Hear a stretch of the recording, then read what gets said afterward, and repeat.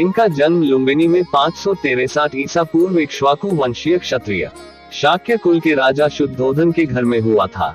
उनकी मां का नाम महामाया था, जो कोलीय वंश से थी, जिनका इनके जन्म के 7 दिन बाद निधन हुआ। उनका पालन महारानी की छोटी सगी बहन महाप्रजापति गौतमी ने किया। 29 वर्ष की आयु में सिद्धार्थ विवाहोपरांत एकमात्र प्रथम नवजात शिशु राहुल और धर्मपत्नी यशोधरा को त्याग कर संसार को जरा मरण दुखों से मुक्ति दिलाने के मार्ग एवं सत्य दिव्य ज्ञान की खोज में रात्रि में राजपाट का मोह त्याग कर वन की ओर चले गए। वर्षों की कठोर साधना के पश्चात बोध गया बिहार में बोधि वृक्ष के नीचे उन्हें ज्ञान की प्राप्ति हुई और वे सिद्धार्थ गौतम से भगवान बुद्ध बन गए। आइए जानते हैं गौतम बुद्ध की प्रेरक कहानियाँ। भगवान बुद्ध सद्विचारों का प्रचार करने के बाद राजगृह लौटे, लेकिन नगर में सन्नाटा था। उनके अनुयायी ने उन्हें बताया, भगवान एक राक्षसी को बच्चों का मांस खाने की लत लग गई है। नगर के अनेक बच्चे गायब हो गए हैं। इससे नागरिकों ने या तो नगर छोड़ दिया है या वे अपने घरों में दुख के बैठे हैं। भगवान बुद्ध को ये भी पता चला कि उस राक्षसी के कई बच्चे हैं। एक दिन बुद्ध राक्षसी की अनुपस्थिति में खेल के बहाने उसके छोटे बच्चे को अपने साथ ले आए। राक्षसी जब घर लौटी तो अपने बच्चे को गायब पाकर बेचैन हो उठी। सबसे छोटा होने के कारण उसका उस बालक से अधिक लगाव था।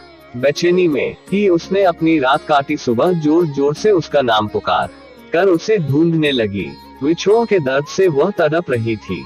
अचानक उसे सामने से बुद्ध गुजरते हुए दिखाई दिए। उसने सोचा कि बुद्ध सच्चे संत हैं, जरूर अज्ञानी होंगे। वह उनके पैरों में गिरकर बोली, भगवान मेरा बच्चा कहाँ है, ये बताइए। उसे कोई हिंसक पशु न खा पाए ऐसा आशीर्वाद दीजिए। बुद्ध ने कहा, इस नगर के अनेक बच्चों को तुमने खा लिया, कितनी ही इकलौती संतानों को भी तुमने नहीं बख्शा है। क्या तुमने कभी सोचा कि उनके माता पिता कैसे जिंदा रह रहे होंगे? बुद्ध के वचन सुनकर वह पश्चाताप की अग्नि में जलने लगी। उसने संकल्प किया कि अब वह हिंसा नहीं करेगी।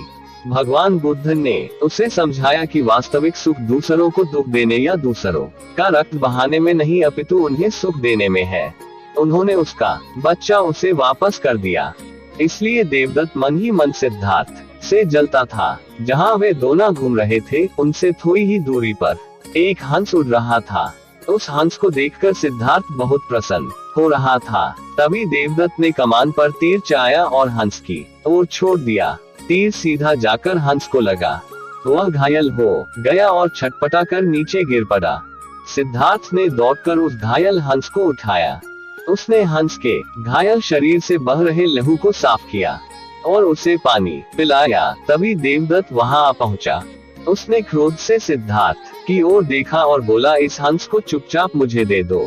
सिद्धार्थ, इसे मैंने तीर मारकर नीचे गिराया है। नहीं, सिद्धार्थ ने हंस की पीठ सहलाते हुए उत्तर दिया, मैं इस हंस को तुम्हें नहीं दे सकता।